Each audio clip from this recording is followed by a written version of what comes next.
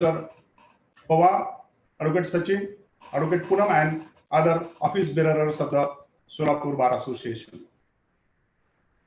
So as to understand the today's subject, at the outset, let us see the legal situation in one sentence. Friends, this legal position of illegitimate Hindu child is uncertain because there is conflict between the judgments of the Supreme Court itself. And this controversy, this conflict, this inconsistency of the judgments is for last 10 years. Before we go to the controversy, how it can be resolved, and before we express our opinions as to the controversy, let us see few aspects of the Hindu law to understand this controversy. Let us first understand few definitions. You will find to understand few definitions and applications of the 4 codified Hindu laws. You will find, friends, Section 4 is very vital. Section 4 of Hindu Marriage Act, Section 4 of Hindu Adoptions Act, Section 4 of Hindu Succession Act, and Section 5 of Hindu Minority and Guardianship Act. What is the scope of or interrelationship between the earlier orthodox classical textual Hindu law and these today's 4 codified laws is expressed in this Section 4 in 3 laws and Section 5 in the Hindu Minority and Guardianship Act of 1956. To understand this, let us see what Section 4 provides for. Section 4 is very vital. That really provides for the overriding effect of the present laws. Especially these 4 laws, they are subjected to such overriding effect because of Section 4. And Section 4 says, I will read for you. Section 4 says, any text, any rule, or any interpretation of the provisions of Hindu law, or any custom, or any usage in force immediately before commencement of this act shall cease to exist, shall cease to apply to Hindus insofar as there is a provision made in this act. Subclause B says that any provisions of any other law in existence immediately before commencement of this act shall cease to apply to Hindus insofar as provision is made in this act. So friends, let us see what Section 4 is. Section 4 therefore is the demarcating point, exactly how and when the earlier law it ceases to exist. Earlier law means 4 laws, either earlier Hindu law or earlier any other law. So as to understand this aspect, we have to say that this Hindu Marriage Act or these 4 codified laws, they have overriding effect whereby the earlier textual law is made inapplicable to the extent of express provisions made in these 4 laws. So also the provisions in any other law, they are also subjected to overriding effect if they are inconsistent with the provisions in these 4 laws. मित्रांनो, सुरुवातीलाच आपण या section 4 ची व्याप्ती आहे ती बघूया. खरं पाहता सेक्शन 4 न आधीच्या कायद्यामध्ये जो ऐतिहासिक बदल करण्यात आलेला आहे त्याची व्याप्ती सांगितलेली आहे. ती 2 प्रकारे. एक तर आधीचा हिंदू कायदा इथून पुढे आता हिंदूला लागू होणार नाही, ज्याच्यासाठी आता या कायद्यामध्ये स्पष्ट तरतूद करण्यात आलेली आहे. एवढंच नव्हे तर दुसरा कोणताही कायदा तोही आता हिंदूंना लागू होणार नाही, कारण ज्याविषयी इथे स्पेसिफिक तरतूद केलेली आहे त्या संबंधाने आता जुना कायदा लागणार नाही. अशा 2 प्रकारच्या तरतुदी आहेत. म्हणजे थोडक्यात these acts they have overriding effect. Secondly, we have to understand few definitions, and such few definitions are very vital. These definitions are provided in Section 3 of the Hindu Marriage Act of 1955 and Section 3 of the Hindu Succession Act of 1956. Few provisions from Hindu Succession Act of 1956 are also relevant here. The provisions are to be found in Section 3 of the Hindu Marriage Act which relate to full blood, half blood, and uterine blood.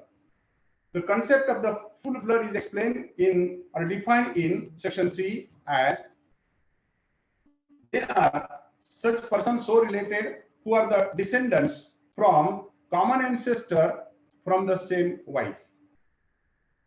Then half blood means such descendants were so related from the common ascendant and from different wives.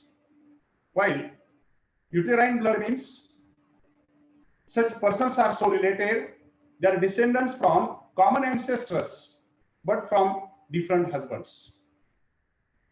पुढच्या तरतुदी पाहायच्या अगोदर एक किंवा दोन वाक्यात हे बघून पुढे जाऊया. फुल ब्लड म्हणजे काय तर सख्खे भाऊ, एक वडील एक आई. हाफ ब्लड म्हणजे काय, एक वडील आणि त्याच्या दोन किंवा अधिक बायका असतील, मग त्याच्यापासून झालेली प्रजा म्हणजे ज्याला आपण सावत्र भाऊ असं म्हणतो. Uterine relationship means uterine brothers relationship means वेरिन की अशा प्रकारची रिलेशनशिप की त्या स्त्रीनं आधी एकाशी लग्न केलेलं होतं, त्यापासून तिला मूलबाळ झालेलं आहे. नंतर तिने पहिला नवरा वारला असेल, त्या पतीचा घटस्फोट झाला असेल आणि त्यानंतर तिने दुसऱ्या माणसाशी लग्न केलं आणि त्यापासूनही तिला मूलबाळ झालं. मग पहिल्या पतीपासून झालेली मुलं आणि दुसऱ्या पतीपासून झालेली मुलं यांची जी रिलेशनशिप आहे that is called as uterine relationship or uterine blood relationship. Then there are two more things to be understood. Hindu कायद्यात आपण नेहमी पाहत असतो sapindas of each other and persons within prohibited degrees of relationship. तर पाहता ह्या थोड्याशा कॉम्प्लिकेटेड गोष्टी आहेत, आपण त्या एक एक वाक्यात अत्यंत सोप्या करून टाकू. कोण असतात एकमेकांचे सबपिंडा? सबपिंडा हा संस्कृत शब्द आहे, सहपिंडा, एकाच पिंडातून निर्माण झालेले, having common blood stock. What is this common blood stock is defined in Hindu law as, and especially that is defined in section 5 of Hindu Marriage Act 1955. Sapindas means such persons who are so related having descendancy up to 3 degrees in case of mother and 5 degrees in case of father. म्हणजे थोडक्यात आईच्या बाजूने 3 पिढ्यावरती आणि वडिलाच्या बाजूला 5 पिढ्यावरती तिथून जेवढे नाते असतील त्यांच्याशी तुम्हाला विवाह करता येणार नाही, तर they are called as sapindas of each other. Then comes prohibited degrees of relationship. मित्रांनो, सपिंडाच्या बाबतीत ब्लड रिलेशनशिप महत्वाची होती. Close in the blood shall not मॅरी. आज जी आपल्याला शास्त्र सांगतं आहे की फार जवळच्या नात्यातील रक्ताच्या संबंधात नातं लग्न करू नये, कारण होणारी प्रजा ही डिफेक्टिव्ह डिफॉर्मेटिव्ह निघण्याची शक्यता असते. हे जे सायंटिफिक गोष्ट आहे आपल्या धर्मशास्त्राला ते तेव्हापासून माहिती होतं. त्यानंतर येते दुसरी रिलेशनशिप म्हणजे प्रोहिबिटेड डिग्रीज ऑफ रिलेशनशिप. पहिल्याप्रमाणे इथे ब्लड रिलेशनशिपचा संबंध नाही. In case of prohibited degrees of relationship the relationship is otherwise than blood relationship and therefore a person shall not marry with a person who happens to be wife or widow of brother or such a widow of mother's brother or such a wife of father or widow of father. There are numerous relationship provided. इतक्या जवळचे नाते असतात की इतक्या जवळच्या नात्यामध्ये अशा प्रकारचे विवाह करणं योग्य होणार नाही, जरी ही प्रत्यक्ष ब्लड रिलेशनशिप नसेल तरी. ही झाली त्या 4-5 प्रकारची व्याख्या. त्यानंतर आपल्याला पुढची व्याख्या पाहिजे आहे, ती व्याख्या आहे हिंदू सक्सेशन ऍक्ट मधली. या मात्र खूप महत्वाच्या व्याख्या आहेत. तिथे 3 व्याख्या आपल्याला पाहिजेत. पहिली गोष्ट ऍग्नेट, दुसरी गोष्ट कॉग्नेट, तिसरी गोष्ट आहे रिलेटेड. खरं पाहता आजच्या डिस्कशनच्या साठी रिलेटेड शब्द अत्यंत महत्वाचा आहे. तुमचा माझा जो संवाद चालू आहे, हा जो ई संवाद चालू आहे, यासाठी रिलेटेड शब्दाची व्याप्ती आपल्याला पुढे पाहिजे आहे. यासाठी पहिला ऍग्नेट म्हणजे काय? when persons they are said to be agnates of each other when they are related by blood wholly through male, and they are said to be cognates when they are related by blood but not wholly through males. And then comes related. Related means related by legitimate kinship, kinship. Therefore only those persons who are related by legitimate kinship, they are said to be related for the purposes of this law. We'll discuss hereafter how that is so and how it is so provided as to related. However, this word related, which has been defined in section 3, subclause J of the Hindu Succession Act, is subjected to a proviso. That proviso is very vital. That proviso says, provided that illegitimate children shall be deemed to be related to their mother and one another.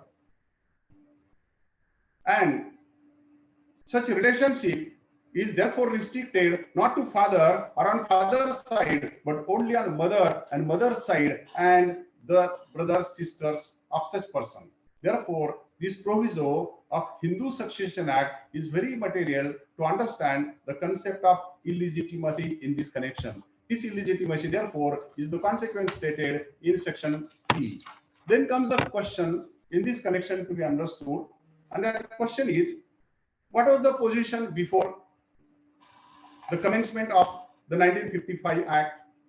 Or rather, our today's session or today's dialogue shall be divided into 3 compartments. Such 3 compartments are the legal position of illegitimate children before 1955. Then, position of illegitimate children from 1955 to 1976, whereby there was marriage amendment laws of 1976 enacted. And then third part shall be the discussion in respect of the legal position after 1976. आणि म्हणून आपल्या ह्या संवादाचे आपण 3 प्रमुख भाग करूया, broad sections करूया, की 1955 च्या आधीची परिस्थिती, 1955 ते 76 पर्यंतची परिस्थिती आणि 1976 च्या पासून आजपर्यंतची परिस्थिती. यापैकी आपण पहिली परिस्थिती पाहूया. When that was uncodified law. When it was uncodified law, law was to be found not in the statute books, but that is to be found in textual law, classical law, orthodox law. In this ancient Hindu law, the provisions regarding illegitimate children were to be found. They were quadruple provisions. There were 4-fold provisions. Firstly, in respect of maintenance of such illegitimate child. Secondly, inheritance of such illegitimate child. Thirdly, joint family and partition in respect of the family. And fourthly, in respect of guardianship of such illegitimate child.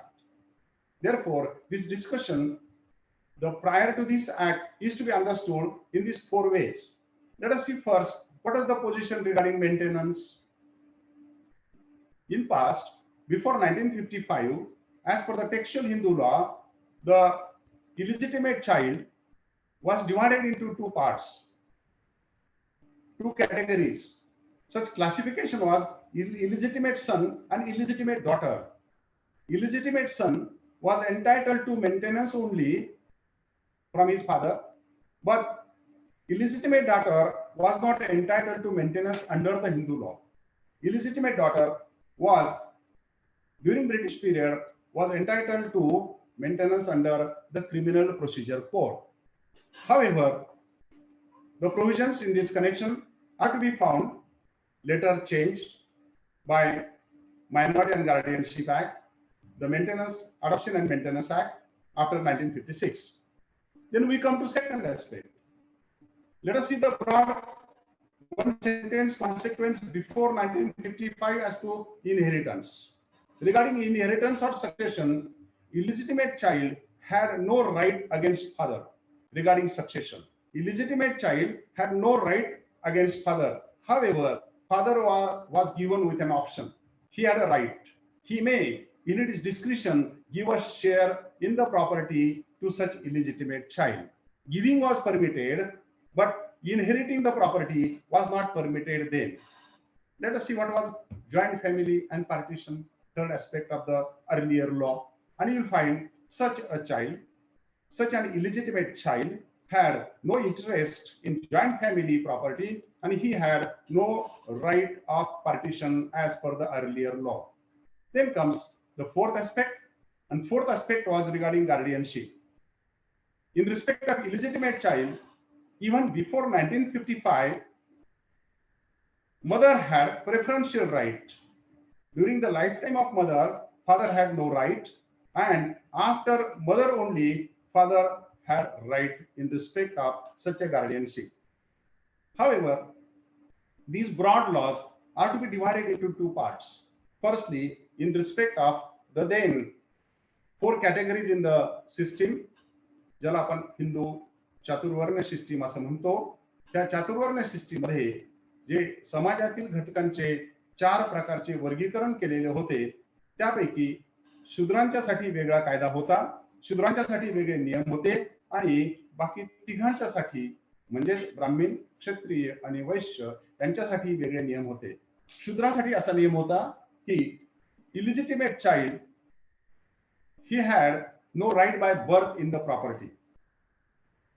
Illegitimate child, he could not in past force partition on his father in respect of father's property. However, after death of his father, such illegitimate child, he could claim share along with legitimate children. And such illegitimate child was entitled to one half of entitlement of such legitimate child. म्हणजे थोडक्यात शूद्रांच्या मध्ये असा कायदा होता की शूद्र class मधील अशा इलिजिटिमेट चाइल्डला वडिलांच्या विरुद्ध अशा प्रकारचे हक्क त्याच्या लाईफ टाइम मध्ये नव्हते. जसं लिजिटिमेट चाइल्डला बाय बर्थ हक्क आहे तशा प्रकारचा हक्क शूद्र इलिजिटिमेट चाइल्डला नव्हता. मात्र अशा शूद्र इलिजिटिमेट चाइल्डच्या वडिलाच्या मृत्यूनंतर त्याला लिजिटिमेट चाइल्डच्या अर्धा हिस्सा मागता येत होता. ही होती शूद्रांच्या बाबतीतली गोष्ट. या बाबतीत अत्यंत महत्वाची केस डिसाईड झालेली होती आणि डिसाईड करणारा माणूसही खूप महत्वाचा होता. अशा दोन केसेस आपण आता पाहणार आहोत. एक होती कमुलांमल व्हर्सेस विश्वनाथ स्वामी, KAMULAMMAL, कमुलांमल व्हर्सेस विश्वनाथ स्वामी, AIR 1923, privy council, page number 8. दुसरी केस होती विलयप्पा चेट्टी वर्सेस नटराजन. या चेट्टी वर्सेस नटराजनची जी केस होती, that was very interesting law laid down by Sir Dinshaw Mullah in the year 1931. In the year 19, this case has been reported in All India Reporter 1931, Privy Council, page number 294. Case was decided by Sir Dinshaw Mullah. कोणचे sir Dinshaw Mulla? की ज्यांची पुस्तकं आज आपण ग्रंथ म्हणून वाचत आहोत आणि सुप्रीम कोर्टाच्या हिंदू लॉवरती प्रत्येक निकालपत्रामध्ये या सर दिनशा मुल्लाच्या हिंदू लॉच्या पुस्तकातील संदर्भ दिलेले असतात. या सर दिनशा मुल्लांनी 1931 साली अशा प्रकारची या विषयावरची करेक्ट पोझिशन सांगितलेली आहे आणि ती त्यानंतर सुप्रीम कोर्टानं मान्य केलेली आहे. यानंतर ही जी पोझिशन आहे शूद्राची आपण पाहिली. त्यानंतर पोझिशन ब्राह्मण, क्षत्रिय आणि वैश्य यांच्या दरम्यान पाहूया. शूद्रापेक्षा नेमकी उलटी परिस्थिती ही या तीन प्रकारच्या क्लासेसमध्ये होती. ज्या ठिकाणी ब्राह्मण, क्षत्रिय आणि वैश्य ह्या ज्या तीन कॅटेगरी होत्या, त्या तीन कॅटेगरीमध्ये त्यांच्या अनौरस संततीला, इलिजिटिमेट चाइल्डला इनहेरिटन्स किंवा सक्सेशनचा हक्क नव्हता. हा हक्क फक्त औरस संततीला किंवा लिजिटिमेट चाइल्डलाच मिळत असे. सेकंडली, मग अशा तीन प्रकारचे जे ब्राह्मण, क्षत्रिय आणि वैश्य यांची जी अनौरस संतती होती त्यांना फक्त एकच हक्क होता, तो म्हणजे right of maintenance. That too was granted to son only and not to daughter. In this connection, there was a case before the Privy Council. This case was before the Privy Council in the year 1902. 1902 साली privy council मध्ये अशी केस आलेली होती. केसचं नाव आहे Roshan Singh versus Balwant Singh, 1902, volume 22, Allahabad, page number 191. The Privy Council held that In case of Brahmin, Kshatriya and Vaishya, law is different from that of the Shudras. This principle is further confirmed after independence by Bombay High Court. This is followed by Bombay High Court. In the case of Hiralal Lakshman Das versus Meghraj Bhikchand. In this Hiralal Lakshman Das versus Meghraj Bhikchand reported in All India Reporter 1958 Bombay 433, it has been held that the earlier law stated is correct proposition.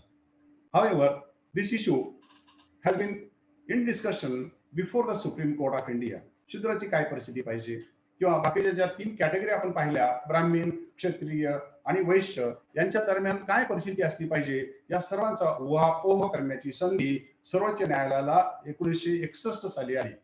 The name of the case is Ajit Kumar versus Ujair Singh, reported in All India Reporter 1961, Supreme Court, page number 1334/1337.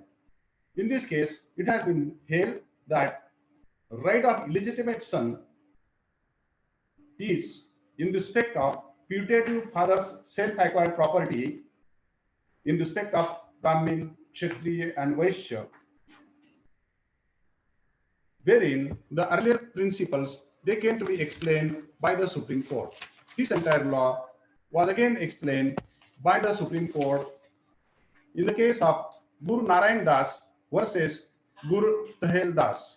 This issue has been explained by the Supreme Court, saying that the principles laid down by the Privy Council as to legitimacy and illegitimacy, they are correct propositions. Earlier law, about 100-year-old law, is followed in this connection. There is interesting illustration given by the Supreme Court in this case. Supreme Court says, thus if a person dies and he had 1 legitimate and 6 illegitimate children, then the legitimate child will take 1/7 share and illegitimate son will take 1/2 of the 1/7 share, that is 1/14. legitimate मुलाला 1/7 share मिळाला तर त्याचा अर्धा याला मिळणार, म्हणजे याला 1/14 मिळणार. 6 मुलांना मिळून तो 3/7 मिळणार आणि राहिलेला संपूर्ण शेअर ह्या लिजिटिमेट मुलाला मिळणार. हीच गोष्ट सुप्रीम कोर्टाने वारंवार गृहीत धरलेली आहे आणि पुढे ती मान्य केलेली आहे. या सर्व पार्श्वभूमीवरती आता आपण 1955 सालच्या कायद्याकडे येऊया. This is all background friends to be discussed, whereby now we are able to understand further consequences. Let's see what was the provision made in Hindu Marriage Act of 1955, and there was section 16 to that effect. As far as illegitimacy is concerned, in the old law, that is law enacted in the year 1955, that is previous section 16. आजचा जो section 16 आहे तो नुसता section 16 नाही, that is section 16 into bracket 1 into bracket 2 and into bracket 3. Earlier section was 16 only with a proviso. Let us see what are the provisions in section 16. Section 16 provided that was regarding where there is a decree of nullity is granted by the court under section 11 or section 12 of the Hindu Marriage Act, child born of such marriage shall be legitimate. आजही तसंच आहे. जर का जे लग्न section 11 किंवा section 12 प्रमाणे हे नलिटी होणार असेल किंवा that is annulled by the decree of the court, then out of such marriage children born are deemed to be legitimate. This fiction of law is created by the old section 16. However, there was a proviso, and that proviso is ultimately altered by 1976 amendment.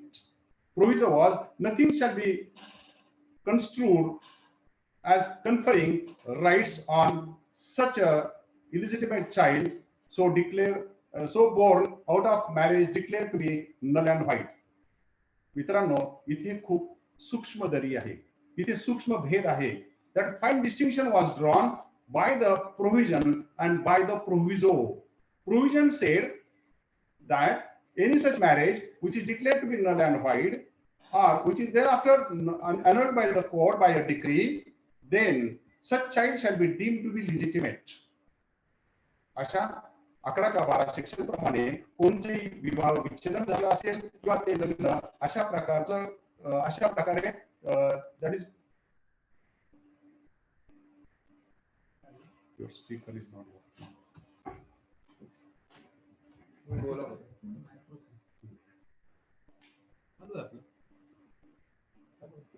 Hello hello हा sir आवाज ऐकायला येत आहे? हो येतोय. अच्छा बर. तर अशा प्रकारे दोन तरतुदी आपल्याला लक्षात घेतल्या पाहिजेत. पहिली तरतूद अशी आहे की या केसमध्ये सेक्शन 11 आणि 12 प्रमाणे जर का असं कोणतंही डिग्री पास झालेली असेल आणि अशी डिग्री पास झाल्यानंतर जर का त्या इलिजिटिमेट चाइल्ड असेल तर ते चाइल्ड लिजिटिमेट आहे असं समजायचं. मात्र तो प्रोव्हिजो होता तो उलट सांगत होता. तो प्रोव्हिजो सांगत होता child is legitimate in both cases. Section 11 खालची डिग्री असली तरी लिजिटिमेट, 12 खालची डिग्री असली तरी लिजिटिमेट. मात्र जर का सेक्शन 11 खालची डिग्री असली मग मात्र ही हॅड नो प्रोप्रायटरी राईट्स. मात्र जर का 12 खालची डिग्री असेल मग मात्र ही had proprietary rights of the parents. मित्रांनो हा सूक्ष्म भेद आता बहुतेक कुठल्या तरी पुस्तकामध्ये जोपर्यंत आपण जुना सेक्शन वाचणार नाही तोपर्यंत आपल्या लक्षात येणार नाही. एक वाक्यात फरक पुन्हा एकदा सांगतो पुढच्या मुद्द्याकडे जाण्याच्या ऐवजी. जुन्या कायद्याप्रमाणे दोन प्रकारचे भेद केले होते. लिजिटिमसी सेक्शन 11 आणि 12 खालच्या दोन्ही लग्नासाठी होती. मात्र प्रोप्रायटरी राईट हे फक्त 12 खाली जे लग्न असेल त्यासाठी होते, 11 साठी ते उपलब्ध नव्हते. मग आता आपल्याला फरक करावा लागेल. 11 खालचं लग्न केव्हा असेल आणि 12 खालचं लग्न केव्हा असेल. जनरली सेक्शन 11 खालचं लग्न केव्हा व्हाईड होईल आणि 12 खाली ते व्हायडेबल कधी होईल हे आपण आता समजावून घेऊया. पुढच्या एक 5 ते 7 मिनिटांमध्ये आपण ह्या तरतुदी समजावून घेऊया. आपण प्रामुख्याने असं पाहिलं की सेक्शन 5 जो आहे तो या बाबतीत आपल्याला मार्गदर्शन करतो. सेक्शन 5 ने सांगितलंय की 5 प्रकारच्या रिक्वायरमेंट पाहिजे. काय 5 प्रकारच्या रिक्वायरमेंट पाहिजेत? पहिली गोष्ट neither party shall have a spouse living. Secondly there is a provision made as to valid consent. Incapable of consent नको, मेंटल डिसऑर्डर नको आणि इन्सॅनिटी नको. Third is what? Bridegroom shall have completed 21 years of age and bride should have completed 18 years of age. Fourthly, they shall not be within prohibited degrees of relationship. And fifthly, they shall not be subpoenas of each other. अशा प्रकारच्या 5 तरतुदी आपल्याला section 5 ने सांगितल्या. They are said to be essentials of a valid Hindu marriage. नसलं तर काय होईल? नसलं तर त्याचे परिणाम प्रथम सेक्शन 11 मध्ये सांगितले. आणि सेक्शन 11 काय सांगतो आपल्याला? सेक्शन 11 असं सांगतो की marriage is void if it is व्हायलिटी of the provisions of sub clause A, sub clause D and sub clause E. काय आहेत हे ए डी ई? हे सांगतो neither party shall have spouse living, म्हणजे आधीच्या लग्नापासून आधीचं लग्न अस्तित्वात असताना, आधीचा नवरा किंवा बायको अस्तित्वात असताना, जिवंत असताना तुम्हाला दुसरं लग्न करता येणार नाही. That is void under clause A. मग क्लॉज डी आणि ई काय आहेत? क्लॉज डी सांगतो they shall not be within prohibited degrees of relationship defined under section 3 and they shall not be subpoenas of each other defined under section 3. जर का ते सपिंडा असतील, prohibited degrees असतील आणि जर का स्पाउस लिव्हिंग असेल, marriage becomes void. This marriage is void by what way? English मध्ये फ्रेज आहे null and void. Null and void म्हणजे काय? It is null and void means it is void from the beginning, from the inception. This voidness, friends, is stated in law, in jurisprudence by 2 methods. Either it is from the beginning void or it is subsequently declared to be void. In Indian Contract Act, we have discussed. Some contracts are basically void from the very inception, from the beginning, while some contracts, they become void afterwards. Likewise, here there is a provision made as to marriages declared to be void under section 11 in case of these 3 contingencies: A clause, D clause, and E clause. However, in respect of marriages declared to be void, they are to be annulled by virtue of provisions in section 12. In case of section 12, there are 4 categories primarily stated. First, the respondent was pregnant from other person before the marriage or at the time of the marriage and was not known to the petitioner. Secondly, there is impotency of the either spouse. Thirdly, there was a fraud committed in getting the consent, and thirdly, there was no valid consent. If these four contingencies subject to elaborate discussion in section 12, marriage could be voidable. In these four categories, there is no void marriage. Marriage becomes voidable marriage. Section 11 प्रमाणे व्हाईड आहे सुरुवातीपासूनच. इथे मात्र व्हायडेबल आहे जर ज्या पक्षकाराचा consent free नव्हता किंवा ज्याला ह्या गोष्टीपासून अग्रीड असेल त्याला कोर्टामध्ये जाऊन खटला दाखल करून त्याचं डिक्लेरेशन मिळवावं लागेल. व्हायडेबलचा परिणाम व्हाईड मध्ये होऊ शकतो. व्हायडेबलचे दोन परिणाम असतात. A person at his option may treat such marriage as a valid marriage or he may treat as a void marriage. This is consequence of section 12. Now this section 5, section 11 and section 12 provide for these three consequences. Thereafter there came the Marriage Laws Amendment of 1976. This Marriage Laws Amendment of 1976 provided for amendment in section 16 itself. आधीचा जो section 16 होता एकटा section 16 होता आणि ज्याच्यामुळे section 11 खाली लग्न असेल आणि त्याच्या खाली जन्मलेली जर मुलं असतील त्यांना मात्र प्रोप्रायटरी इंटरेस्ट मिळत नव्हता. त्यांना फक्त लिजिटिमेसीचा हक्क निर्माण झालेला होता, मात्र प्रोप्रायटरी हक्क दिलेला नव्हता. म्हणजे 11 आणि 12 सेक्शन खालच्या या दोन मॅरेजेस मध्ये होणाऱ्या परिणामांच्या बाबतीत भिन्नता जुन्या सेक्शन 16 न ठेवलेली होती. ही भिन्नता आता पार्लमेंटनं दूर करायचं ठरवलं.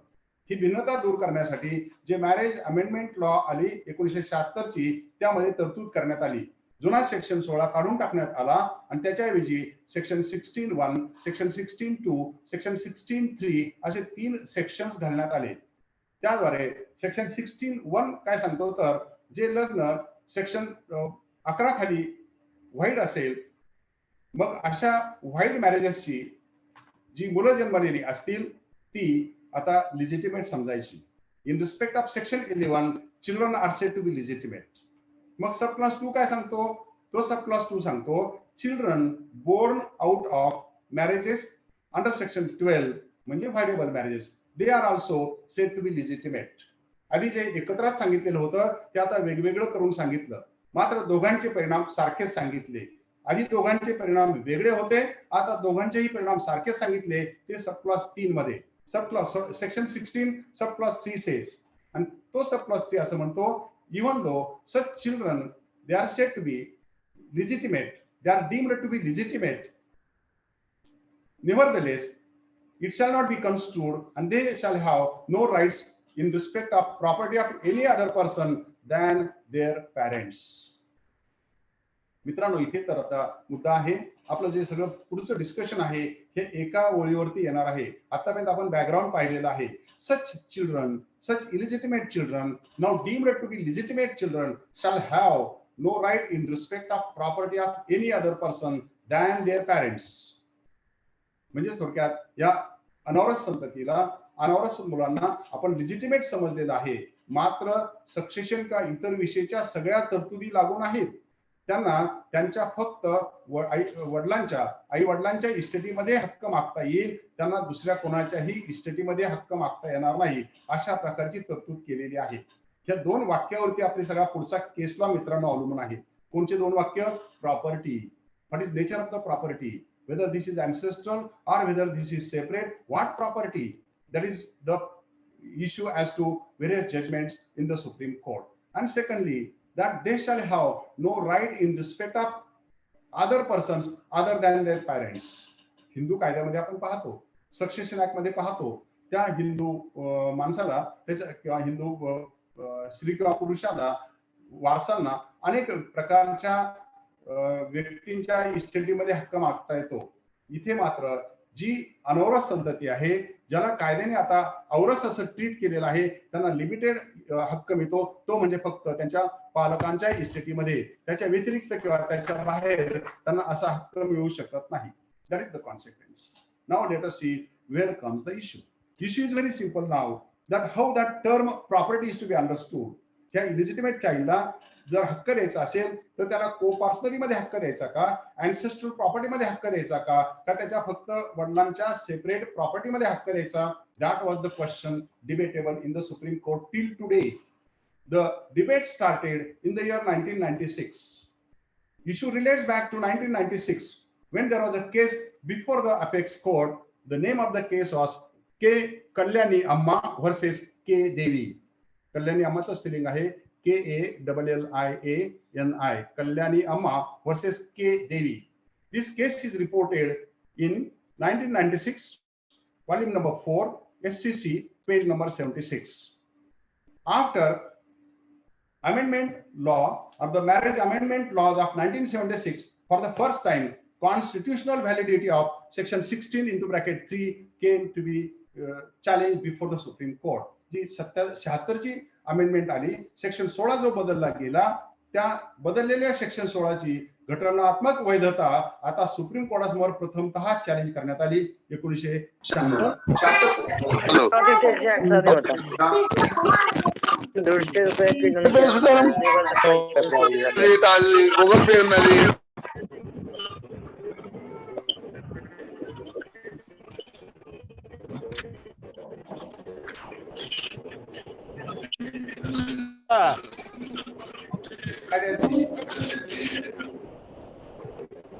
सुप्रीम कोर्टाने या कायद्याची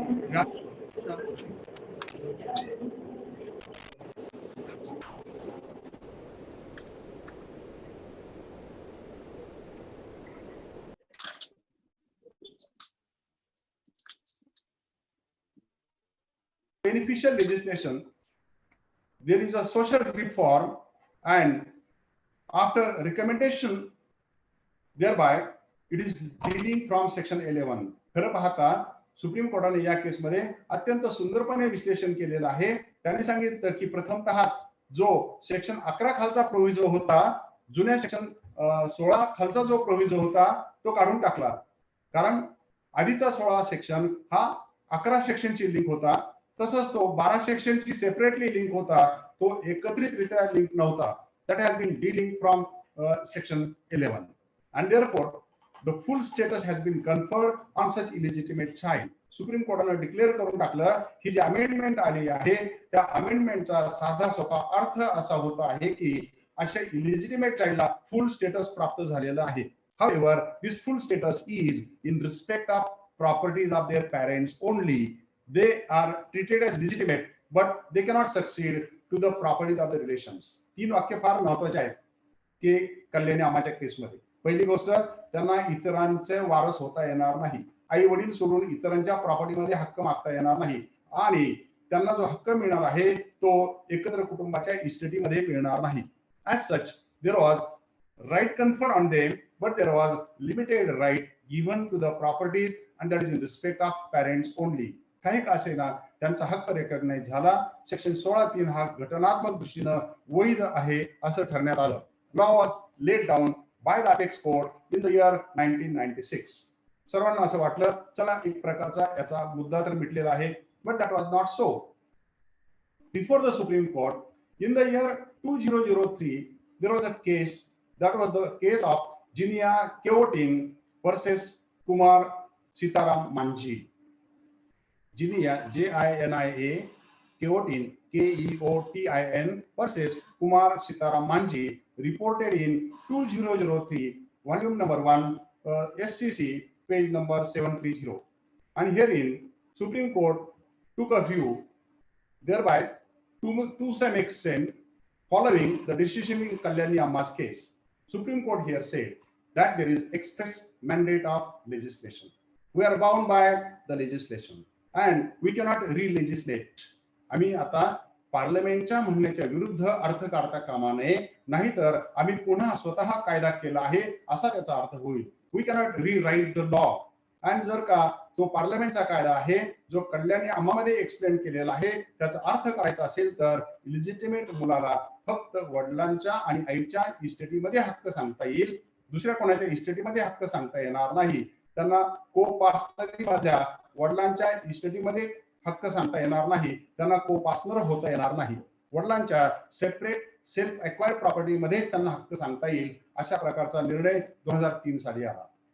नंतर हा निर्णय आल्यानंतर लगेचच 3 वर्षामध्ये आणखी दुसरी केस सुप्रीम कोर्टासमोर आली. केसचं नाव होतं Neelamma versus Saroj Amma, NEELAMMA versus Saroj Amma. Case has been reported in 2006, volume number 9, SCC, page number 612. In this case, it has been held by the Supreme Court by following earlier decisions in Kalyanyama's case and Jinia Kyotin's case that such illegitimate children are entitled to self-acquired property only and not in Hindu undivided family property. The issue was as good as settled because in these three judgments it was held to be so. Thereafter came a case before the Supreme Court, and that was the case of Bharat Mata versus R. Vijaya Ranganathan. South Indian शब्द आहे Bharatha Matha, BHARATHA MATHA, Bharat Matha versus Ranganathan, reported in All India Reporter 2010, Supreme Court, page number 2635. In this case, it has been so held by the Supreme Court that such an illegitimate child is entitled only to property of the parents. They are not entitled to inherit property of any other person than the parents, and therefore limited application of this law came to be upheld by the Supreme Court. Everybody up to 2010 was absolutely sure, absolutely contended that the position of illegitimate child has been finally concluded by the Supreme Court. However, there was a case before the Supreme Court in the year 2011. Case was Revan Siddhappa and another versus Mallikarjun and others. REVAN Siddhappa, SIDDHAPPA, and another versus Mallikarjun and others, reported in 2011.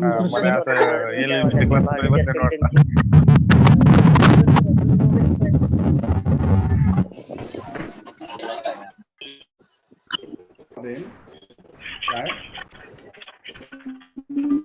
2011, page number 1. Case was decided by Justice G.S. Singhvi and Justice A.K. Ganguly of the Apex Court. And they expressed their disagreement with the earlier judgment of the Supreme Court in Kalyanyama, as well as earlier two judgments of Jinia Kyotin, as well as Nilama Sarojama.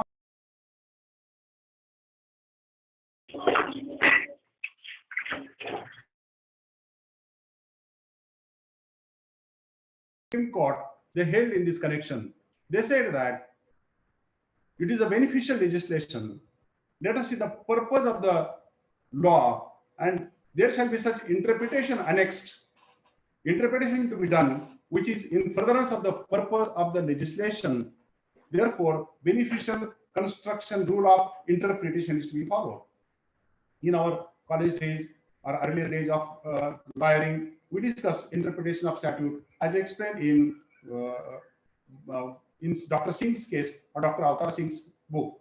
It has been so said, in case of beneficial construction rule or purposive construction rule, law should be so interpreted so as to favor wherefore the law has been passed for the furtherance of the object of the law.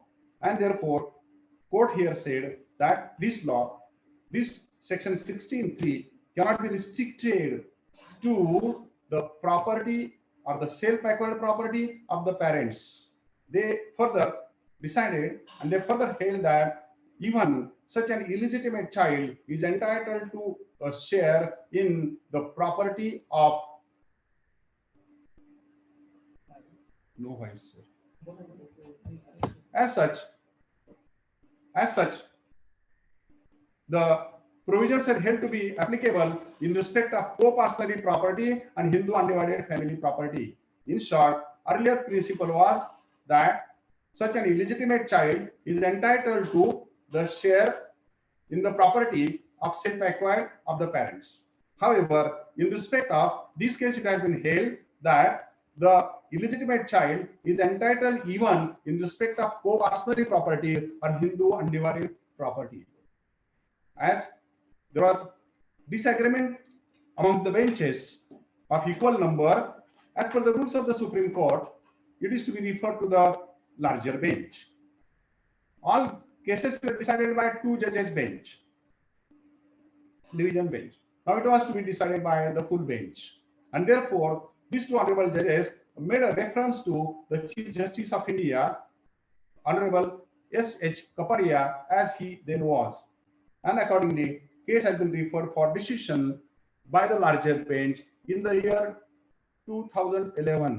अशा रीतीने मित्रांनो हा मुद्दा जो आता विसंगवाद निर्माण झालेला आहे, विसंगती निर्माण झालेली आहे, ही विसंगती 2011 मध्ये निर्माण झालेली आहे. आधीच्या ज्या केसेस होत्या त्या केसच्या विरुद्ध आता मत मांडलं गेलं आणि अशा प्रकारे आता विसंगती अशी निर्माण झालेली आहे, अनसर्टन्टी अशी निर्माण झालेली आहे.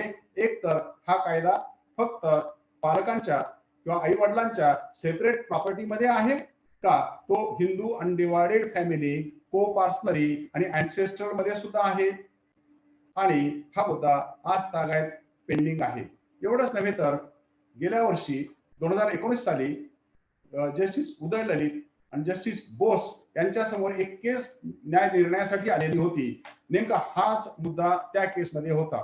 काय मुद्दा होता की इलिजिटिमेट चाइल्डला पालकांच्या किंवा वडिलांच्या फक्त सेपरेट सेल्फ अक्वायर्ड प्रॉपर्टीमध्ये हिस्सा मिळेल का त्यांना त्या इलिजिटिमेट चाइल्डला त्या कुटुंबाच्या को पार्सनरी आणि हिंदू अनडिवायडेड प्रॉपर्टीमध्ये सुद्धा हिस्सा मिळेल, असा मुद्दा या न्यायमूर्ती द्वयींच्या समोर निर्णयासाठी आलेला होता.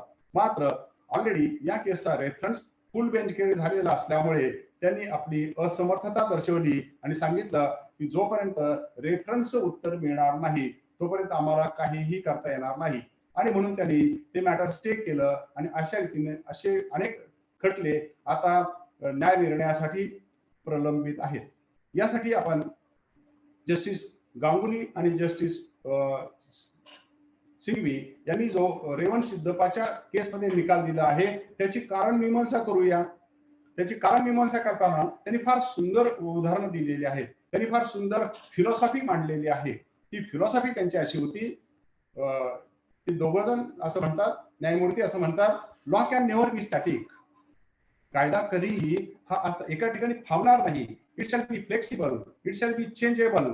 आणि दे हॅव कोटेड ज्युरिस बेंथॅम. ते ज्युरिस बेंथॅमचं उदाहरण देऊन सांगतात की law is for the society and not society for the law. जशा समाजाच्या गरजा बदलतील तसा कायदा बदलला पाहिजे असं ज्युरिस बेंथॅमनी यापूर्वी सांगून ठेवलेलं आहे. जशा सोशो इकॉनॉमिक कंडिशन्स बदलतील तसा कायदा बदलला पाहिजे. या दोन्ही न्यायमूर्तींनी असं फार स्पष्ट सांगितलंय की इलिजिटिमसी किंवा लिजिटिमसी हा तरी कुठे कायमचा कॉन्स्टंट असा कन्सेप्ट आहे. तो सारखा समाज व्यवस्थेनुसार बदलत असतो. जे काल लिजिटिमेट नव्हते ते आता 55च्या कायद्याने लिजिटिमेट झालेले आहेत. जर का लिजिटिमसी ही सामाजिक मोरॅलिटीवरती अवलंबून असेल तर सामाजिक मोरॅलिटी कायमची बदलत असते. कायदा बदलला पाहिजे, बदललेल्या कायद्याचा असा अर्थ काढला पाहिजे. म्हणजे थोडक्यात कोणत्या गोष्टीमुळे 96 पासून आतापर्यंत वेळ चाललेला आहे तो वेळ एका गोष्टीसाठी चाललेला आहे. सेक्शन 16(3) मध्ये काय म्हटलंय, प्रॉपर्टी ऑफ द पॅरेंट्स. प्रॉपर्टीच्या आधी अँसेस्ट्रल प्रॉपर्टी, सेपरेट प्रॉपर्टी असे शब्द वापरलेले नाहीत, म्हणून असं घडतं आहे. आधीच्या 4 केसेसमध्ये त्यांचं म्हणणंच असं होतं, तिथं कुठं म्हटलं अँसेस्ट्रल प्रॉपर्टी आहे. आणि आता या शेवटच्या रेवंत सिद्धप्पाच्या केसमध्ये या न्यायमूर्ती द्वयींनी तर उलट असं सांगितलंय की जर का पार्लमेंटला फक्त सेल्फ अक्वायर्ड प्रॉपर्टीमध्ये हिस्सा द्यायचा असता तर त्यांनी स्पष्ट म्हटलं असतं self acquired property of the parents. ज्या अर्थी तिथे self acquired property of the parents असे शब्द वापरलेले नाहीत, म्हणून आपण त्याचा लिबरल अर्थ काढला पाहिजे. लिबरल अर्थ काय निघेल, पर्पजिव्ह अर्थ काय निघेल, बेनिफिशियल इंटरप्रिटेशन काय निघेल. याचा अर्थ असा होता की ह्या अशा इनोसंट बालकांना आपण कशा प्रकारचे हक्क दिले पाहिजेत, अशा इनोसंट बालकांना आपण अशा प्रकारचे हक्क दिले पाहिजेत की ज्या अमेंडमेंटचा उद्देश होता. अमेंडमेंटच्या उद्देश पूर्तीसाठी आपण आता ह्यांना को पार्सनरी प्रॉपर्टी मध्ये सुद्धा हक्क दिले पाहिजेत, अनडिवायडेड प्रॉपर्टी मध्ये सुद्धा हक्क दिले पाहिजेत. अशा प्रकारचा त्यांनी फिलॉसॉफी त्या कायद्यामध्ये सुंदरपणे एक्सप्लेन केलेली आहे. Law shall be ever changing according to them. खरं पाहता हा कायदा डिस्कस करताना त्यांनी फार सुंदर उदाहरण दिले. त्यांचं फार सुंदर म्हणणं होतं. आणि इथे आपल्याला एका लिओन यांग्विच नावाच्या एका ऑथरचा एक वाक्य फार महत्वाचं आहे. ते यांग्विच सांगतात that there are no illegitimate children semicolon, there are merely illegitimate parents. खरं पाहता अशा संबंधातून इलिसिट रिलेशनशिप मधून जी मुलं जन्माला येतील अशा जन्माला आलेल्या मुलांच्या बाबतीत हा स्टिग्मा आहे. मुलं तर इनोसंट आहेत, पालकच दोषी आहेत किंवा ते आई वडीलच दोषी आहेत. मग अशा प्रकारच्या केसमध्ये जर का ती बालक दोषी असतील मग आपण त्यांना असा हक्क का नाही द्यायचा. या उलट यासोबतच या न्यायमूर्ती द्वयींनी फार सुंदर पुढे आणखी एक एक्सप्लेनेशन दिलंय. हे जजमेंट फार पटणारं आहे. जरी आपल्याला सर्वोच्च न्यायालयाच्या सर्वच न्यायमूर्तींचा आणि सर्वच निकालपत्रांचा सन्मान करायचा असेल तरीही हे निकालपत्र फार पटणारं असं आहे. ते असं पुढे सांगतात की जर का आपण एकदा त्यांना डीम्ड लिजिटिमसी डिक्लेअर केली, त्यांना आपण फिक्शन ऑफ लॉ प्रमाणे का होईना ते औरस आहेत असं सांगितलं, मग आता आपल्याला जन्मतः औरस आणि या सेक्शन 16 प्रमाणे झालेले औरस असा फरक घटनात्मक दृष्ट्या करता येईल काय. That is the point raise by these two and therefore is the reference to the full bench. मित्रांनो पुन्हा एकदा समजावून घ्या. हा सेक्शन 16(3) मध्ये प्रॉपर्टी शब्द घातलेला आहे. या मुलांना ती प्रॉपर्टी मागता येईल, वडिलांची प्रॉपर्टी मागता येईल. कोणती प्रॉपर्टी असं प्रीफिक्स किंवा त्याच्या आधी ॲडजेक्टिव्ह घातलेलं नाही. ती सेफ प्रॉपर्टी, सेपरेट प्रॉपर्टी का अँसेस्ट्रल प्रॉपर्टी असं म्हटलेलं नाही. मग असं म्हटलं नसेल तर जर का एखादा त्या कुटुंबामध्ये आधी जन्मलेला औरस संतती असेल आणि एखादी अशी अनौरस संतती असेल, मग आता आपण जर का ह्या अनौरस संततीला कायदेशीर आहे, औरस आहे असं एकदा घोषित केलं, मग आता त्या दोघांच्या मध्ये प्रॉपर्टी विषयी असा फरक करता येईल काय आणि फंडामेंटल राईटला हे मान्य असेल काय, राईट टू इक्वालिटीला मान्य असं त्यांचं म्हणणं होतं. म्हणजे केस कुठून कुठे गेली बघा. आधीचं इंटरप्रिटेशन वेगळ्या मुद्द्यावरती होतं आणि आता यांनी हे इंटरप्रिटेशन फंडामेंटल राईट कडे घेऊन गेलेले आहे. अशा प्रकारची गोष्ट आता सर्वोच्च न्यायालयासमोर आलेली आहे. अजून आपल्याला दोन गोष्टी पाहिजेत मित्रांनो. पहिली गोष्ट आपण तिथे असं पाहिलं होतं की they shall have right in the property of parents only and not of others.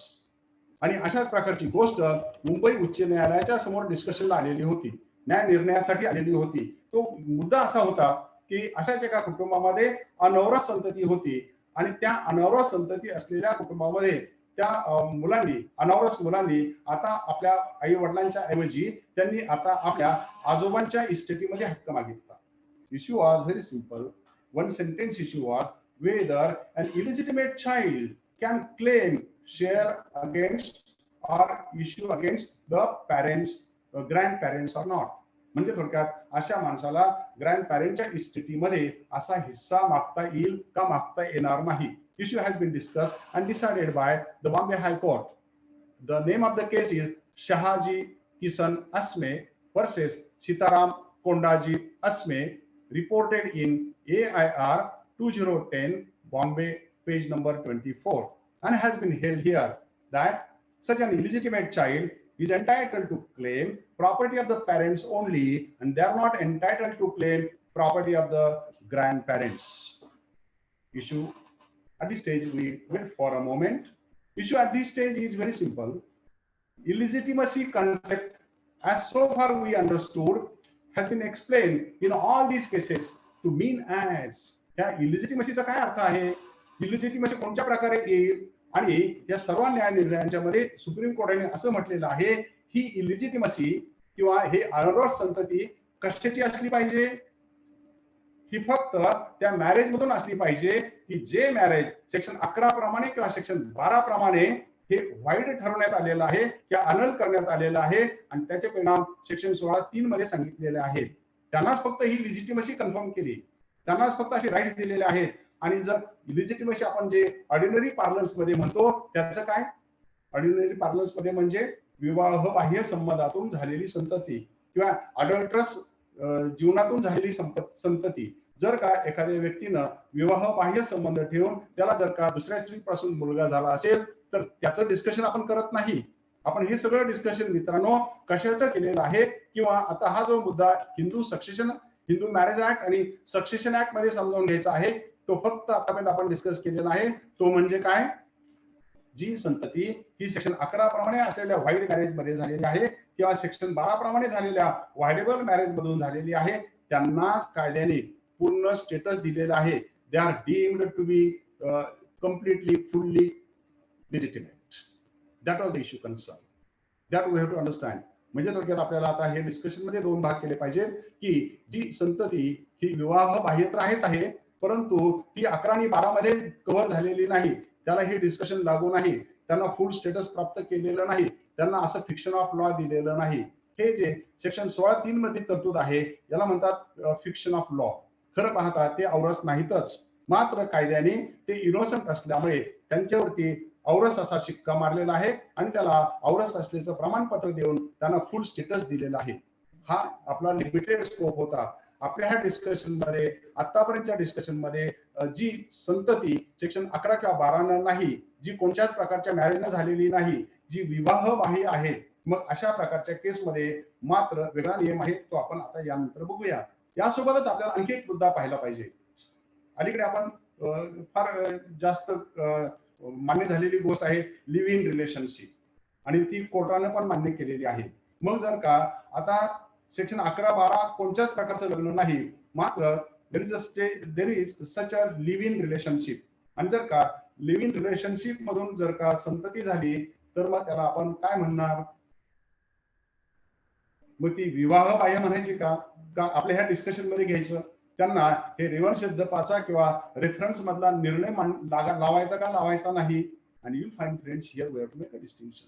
Leave in relationship and stay in and stay out relationship.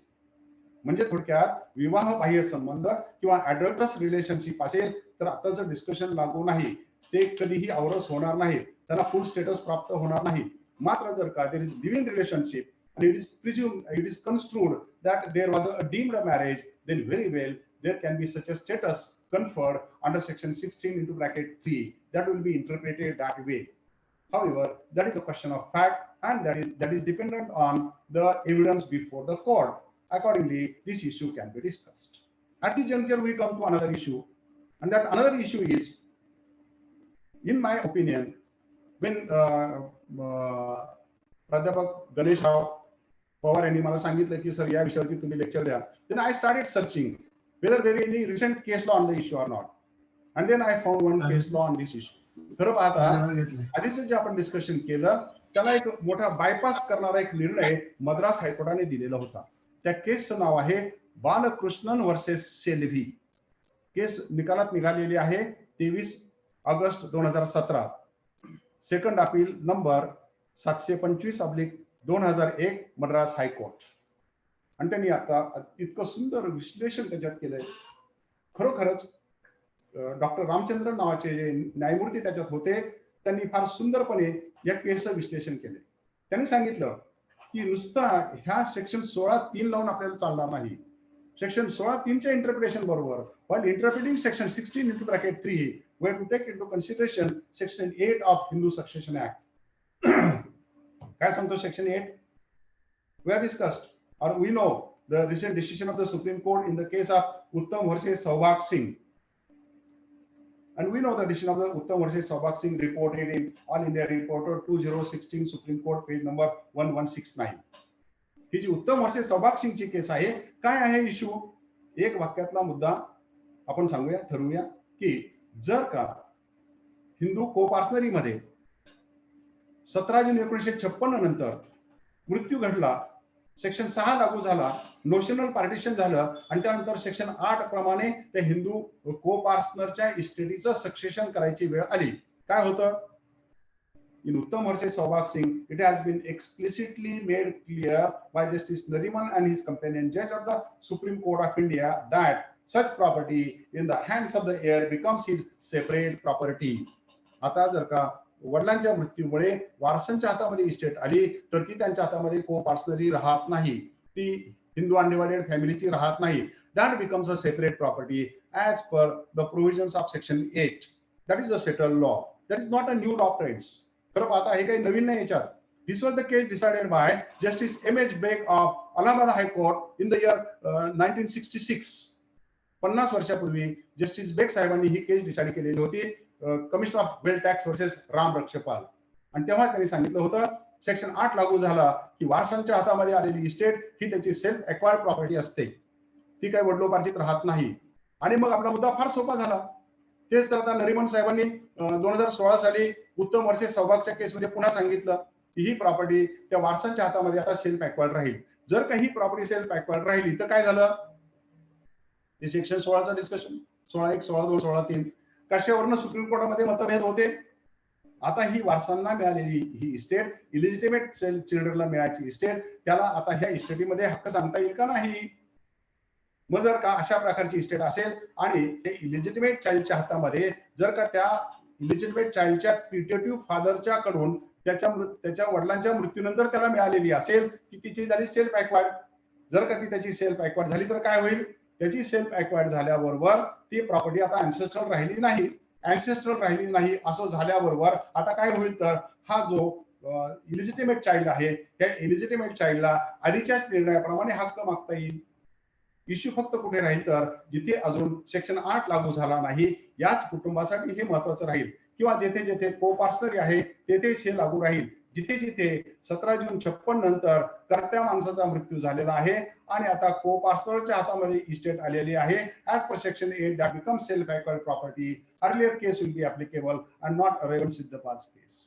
Is the consequence especially to be found with reference to this recent judgment of Madras High Court. Friends, hereafter we'll go to the next part, and that is as to the conclusive part or to some inferences to be drawn. Especially you will find, friends, this section 16(3) cannot alone be read. For this purpose, as we have read section 5, section 11, section 12, and section 16, 1, 2, 3 of the Hindu Marriage Act. Likewise, we have read section 3 into bracket J of Hindu Succession Act. And what is the word used there? तिथे आपण काय पाहिलं, related या शब्दाची एक ओळीची व्याख्या पाहिली. तुम्हाला सांगतो, हा जो हिंदू मॅरेज ऍक्ट आणि हे जे 4 कायदे फ्रेम केले, हे कायदे 4 फ्रेम करण्याचं काम कुणाकडे होतं, the Hindu code bill committee. This Hindu code bill committee was headed over by great jurist of that time, jurist B.N. Rao, RAU. Under his leadership, there was committee constituted to codify the Indian laws. He codified the Indian law, and by codifying the Indian law, he provided for this law. And this jurist B.N. Rao, की जे स्वातंत्र्यानंतर international court of जस्टिसचे जज झालेले होते, ज्युरिस्ट B.N. Rawani हा कायदा draft करताना, section 3J draft करताना रिलेटेड शब्द किती हेतुपुरस्सर लिहिलेला आहे हे आपण पाहूया. Friends, including my senior colleagues, I will call upon you to revisit the provisions. Let us revisit the provisions. Let us correlate these two laws. आपण हिंदू सक्सेशन ऍक्ट आणि हिंदू मॅरेज ऍक्ट हे मित्रांनो कोरिलेट करूया. आतापर्यंतच्या डिस्कशन नंतर आता आपल्याला पुढे त्याच्याकडे जायचं आहे. जर का आपण Hindu minority and guardianship act पाहिला, त्याच्यातला सेक्शन 16(6)(3) पाहिला, तर कोण असतात natural guardian? Natural guardian of illegitimate boy or girl कोण असतात? तिथे सांगितलंय the mother and after mother the father. आधी मदर असते आणि मदर नंतर तो फादर असू शकेल. Priority is given to mother. Then also, in respect of Hindu Adoptions and Maintenance Act of 1956, section 20 into bracket 2 and section 20 into bracket 3, in respect of illegitimate child, the maintenance right is available to the child. There is a provision made in the Succession Act, and that is in respect of provisions in the Hindu Succession Act. The Hindu Succession Act provides for such a word as to relative. हा जो relate शब्द आपण पाहिला, related शब्द पाहिला, जो आपण section 3J मध्ये पाहिला, तो शब्द आता हिंदू सक्सेशन ऍक्ट मध्ये कुठे कुठे आहे ते पाहूया. रिलेटेडचा अर्थ लिजिटिमेट किनशिप, जो औरस आहे तोच, असा अर्थ हिंदू सक्सेशन ऍक्ट मध्ये सांगितला आहे. आणि म्हणून जर का आपण सेक्शन 6 जर का वाचला हिंदू सक्सेशन ऍक्टचा, तिथेही रिलेटेड असा शब्द आहे, म्हणजे ती लिजिटिमेट रिलेशनशिप असली पाहिजे, औरस संतती असली पाहिजे. जर का आपण सेक्शन 8 पाहिला आताच डिस्कस केलेला, तिथे पण रिलेटेड शब्द आहे. म्हणजे थोडक्यात हिंदू सक्सेशन ऍक्ट मध्ये औरस संततीलाच फक्त ते हक्क मिळू शकतील. आता प्रश्न राहिला फिमेल सक्सेशन. आणि जर का फिमेल सक्सेशन आपण असं पाहिलं तर आपल्याला प्रथम सेक्शन 14 पाहायला लागतो, सेक्शन 15 पाहावा लागतो आणि सेक्शन 16 पाहावा लागतो. सेक्शन 14 काय सांगतो? Property held by female is her absolute property. 15 मध्ये जनरल रूल्स दिले, सेक्शन 16 मध्ये त्याचे पर्टिक्युलर दिले. मग आता हे सगळं करत असताना सेक्शन 15 मध्ये मात्र किंवा सेक्शन 16 मध्ये मात्र कुठेही रिलेटेड असा शब्द नाही. म्हणजेच हिंदू सक्सेशन मध्ये जर का त्या पुरुषाचं सक्सेशन करायचं असेल, औरस संतती असे शब्द आहेत. मात्र जर का स्त्रीचं सक्सेशन करायचं असेल, स्त्रीच्या मृत्यूनंतर मात्र औरस संतती असे शब्द नाहीत, रिलेटेड असे शब्द नाहीत, कायदेशीर मुलगा असे शब्द नाहीत. म्हणजे जर का हिंदू स्त्रीचं सक्सेशन करायचं असेल तर त्या केसमध्ये तिची औरस मुलं आणि अनौरस मुलं सर्वांना समान शेअर्स मिळतील. That is provided specially as to section 15 आणि सेक्शन 16. यासाठी आपण जर का ज्युरिस्ट मुलांचं, सरदिनशा मुलांचं हिंदू लॉवरचं प्रिन्सिपलचं पुस्तक पाहिलं तर त्यात त्यांनी अशाच प्रकारचं उदाहरण दिलेलं आहे. त्यात त्यांनी सांगितलेलं आहे, त्या उदाहरणामध्ये इलस्ट्रेशन मध्ये सुद्धा सांगितलेलं आहे, legitimate child as well as illegitimate child are entitled to equal shares in respect of death of such a person. In addition to these things, we have to understand the provisions as to this law, which is in the nature of the fiction of law. खरं पाहता ह्या सगळ्या ज्या तरतुदी होत्या या एक प्रकारच्या फिक्शन ऑफ लॉ होत्या. आपण असं पाहिलं सुरुवातीला, they shall be construed, they shall be deemed to be legitimate. म्हणजे थोडक्यात इथे या मुलांच्या भल्यासाठी, त्यांचं इनोसन्स प्रिझर्व करण्यासाठी अशा प्रकारचं इनोसन्स प्रिझर्व करून त्यांच्यावरती लिजिटिमसी किंवा त्यांना औरस असा शिक्का मारलेला आहे. अशा प्रकारचं हे बेनिफिशियल कन्स्ट्रक्शन रूल इथे अप्लाय केलेला आहे. मग आता मुद्दा निर्माण होतो, जसं आपण चर्चेच्या दरम्यान एकदा बोललो होतो की यापैकी कुठला निर्णय किंवा कोणता मुद्दा आपल्याला जास्त भावतो. आणि म्हणून जर का आपण हे सगळे एकत्र वाचलं तर निश्चितच आपल्याला असं वाटतं की illegitimate child shall be also entitled to the ancestral property and the joint family property of father.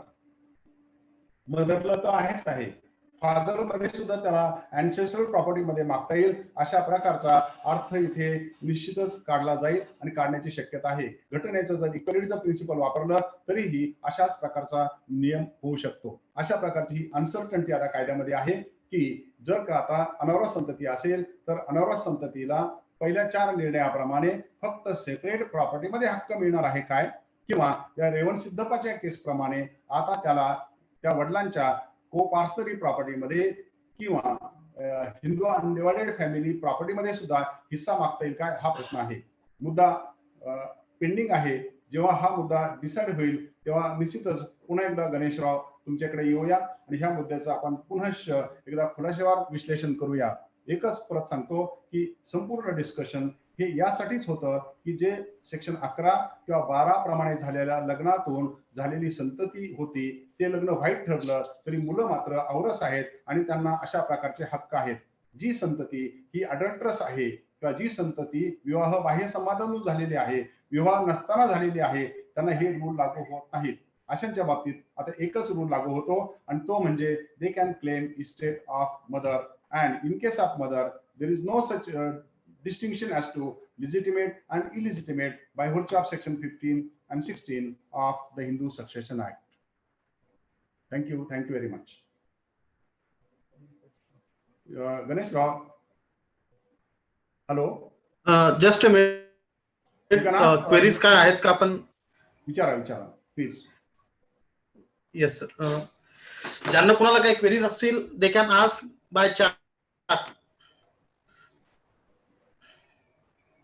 I will request the participants, if there are any queries, they can mention their query in the chat box because it is open for the queries now.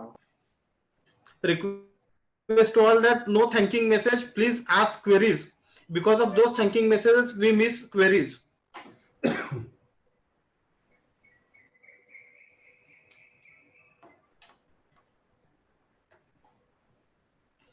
Sir, what is the status of child born out of offense, that is rape? That of course will Sir, be the adulterous child, that will be of course out of a rape also, that will be treated in the second category. त्या चाइल्डला सुद्धा अनौरस संतती असंच म्हणावं लागेल. and there is no such issue as to marriage. कारण या section 16(1), 16(2) आणि 16(3) मध्ये जर का केस आणायची असेल there should be marriage under section 11 और सेक्शन 12. जोपर्यंत सेक्शन 11 आणि 12 लागणार नाही तोपर्यंत ते चाइल्ड या प्रकारच्या डीमिंग प्रोव्हिजन मध्ये येणार नाही. Yes, sir. Further, one more query is that explain concept of space successionis.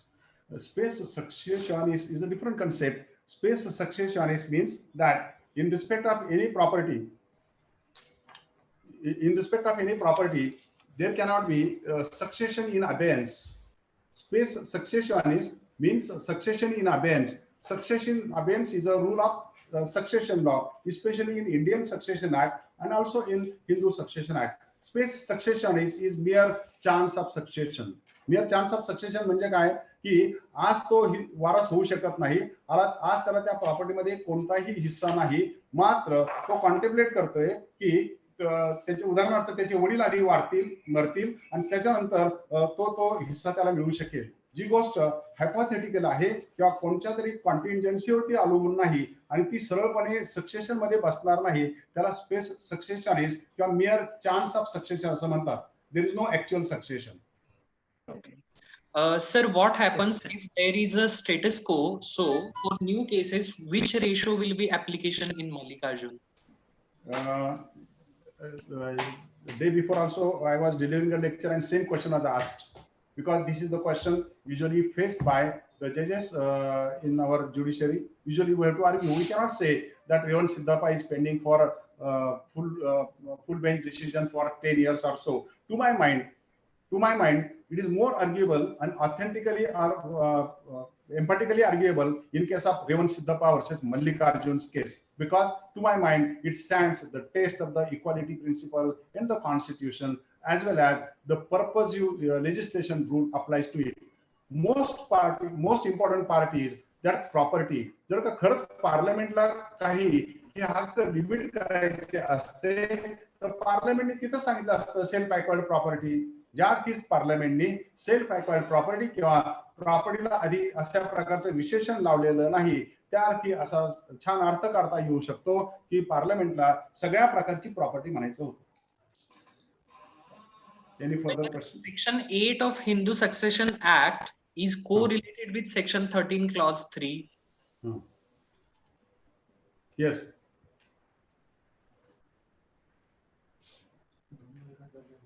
I will explain. Ms. Amrita is asking this question. I will explain this issue.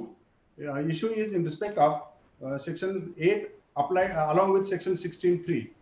Section 8 along with Section 16.3 means very simple. Section 8 is what? आपण मगाशी असं म्हणालो की त्याचा मृत्यू झाला तर अनावृत संततीला estate मिळेल का मिळणार नाही. मुद्दा इथेच आहे की जर का त्याचा मृत्यू झाला किंवा वडिलांचा मृत्यू झाला आणि जर का सेक्शन 8 प्रमाणे त्या वडिलांच्या हातामध्ये ही प्रॉपर्टी जर का सेक्शन 8 प्रमाणे आलेली असती तर ती सेपरेटच राहिली असती.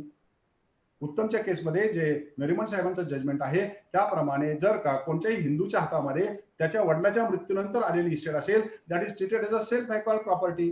जर का ती त्याची सेल्फ अक्वायर्ड प्रॉपर्टी आहे असं समजण्यात आलं, मग 16(3) प्रमाणे आपोआपच आधीच्या निर्णयातही बसतं आणि नंतरच्या निर्णयातही बसतं. इश्यू फक्त येतो की आजही को पार्सली असेल तर काय करायचं.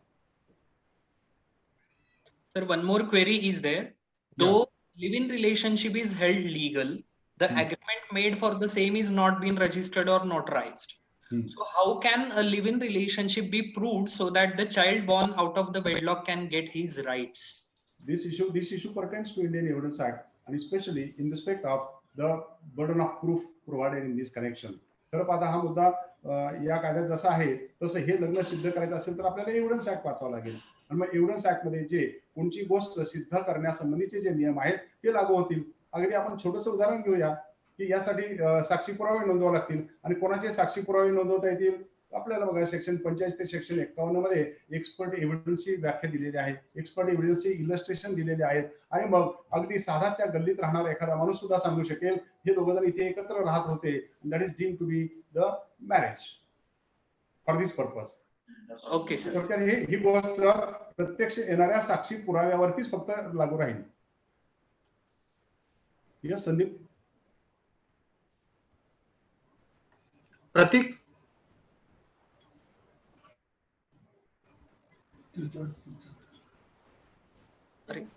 ऍडव्होकेट जीवन असं विचारतायत, sir is there any judgment regarding अडल्टरस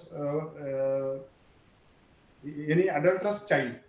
आता ऍडव्होकेट जीवन नाव मला वाचता आलं नाही, पण ऍडव्होकेट जीवन असं विचारत होते की अडल्टरस जर असेल तर त्याला हे लागू होणार नाही का? तर मित्रांनो, ही जी 96 सालची जी केस होती कल्याणी अम्माची, त्याच केसमध्ये तसं म्हटलेलं आहे की this is applicable only to the children born out of wedlock contemplated under section 11 and 12 and not to the adulterous relationship. त्या सगळ्या जजमेंट मध्ये या संबंधीचा एक पॅराग्राफ आलेला आहे. जीवन क्लॅरिफाईड.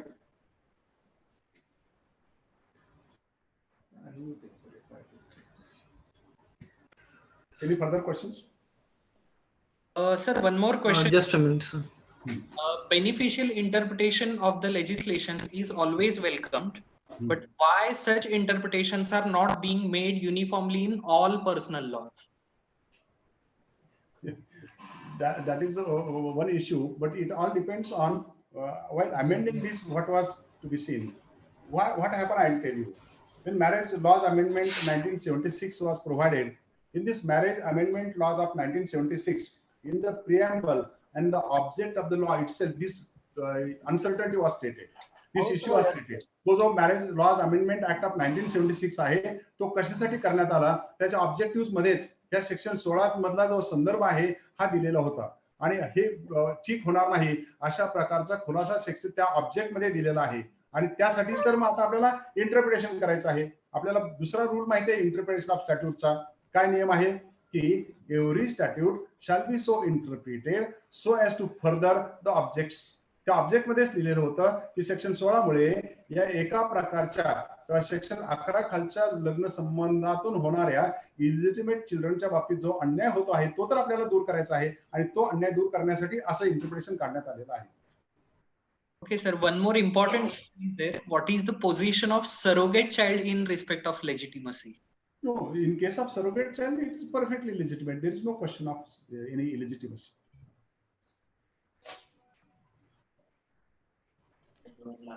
One Yes, last. thank you so much, sir.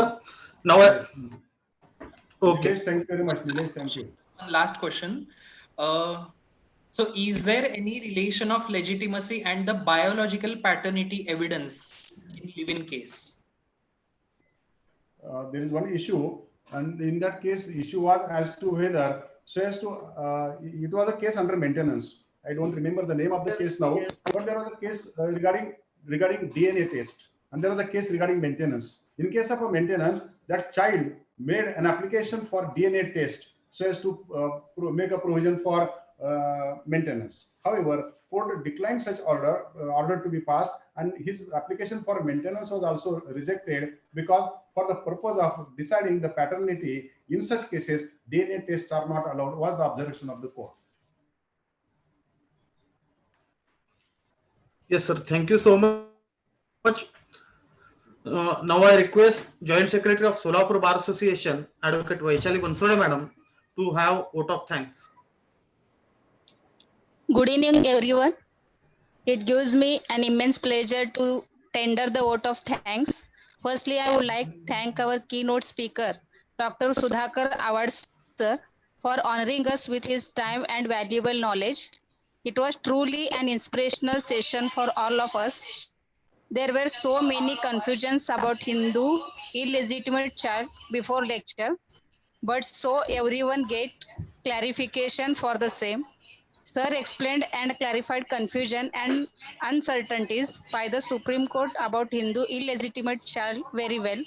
I hope most of them is inspired to study more in the same field. Further, to all the dignitaries present here, thank you for your presence. I would like to extend my sincere gratitude to beloved President of Solapur Bar Association, Advocate Basavaraj Salgarji sir, for arranging such nice lecture series, and Vice President Advocate Ganesh Pawar sir, such a good coordination to this lecture, and everyone else who has been instrumental in organizing this lecture. So I would like to thanks Advocate Milinji Thobde sir, ex-chairman and member of Bar Council of Maharashtra and Goa, to inspire us for this lecture series. Lastly, my immense appreciation to all the participants for adding value to this program. I hope you find the lecture insightful. Hope to see you again in the upcoming lecture. Thank you. Thank you, sir. Thank you very much. Me Solapur bar association आणि सर्व व्ह्युअरचा आभारी आहे. धन्यवाद. धन्यवाद sir, धन्यवाद. सर्व participant साठी एक अनाउन्समेंट आहे. The lecture of Makarand Arkar sir is postponed from 3rd of May to 5th of May, and time was also changed from 5 p.m. to 4 p.m. And on 4th of May there will be lecture of Advocate Arvind Awad sir, the son of Sudhakar Awad sir. Thank you. Sir, Thank you sir. Thank you so much. Sir, may I have one more announcement, please? Yes. Okay. So the participants who are interested to attend the next upcoming sessions, so for the details of the Zoom meeting, you have to contact the number which I will tell you, 966 555 9212. I repeat, 966 555 9212. And one more contact number is there, 9096254633. I repeat, 9096254633. On both of these contact numbers, you can message on the WhatsApp to get the details of the upcoming sessions in this particular online guest lecture series. Thank you. Thank you, Pratik. One more announcement is that the notes prepared by our sir with regard to the topic, that is a position of illegitimate child, that has been shared in charts. I request all of you to download those notes and refer those notes. Thank you so much.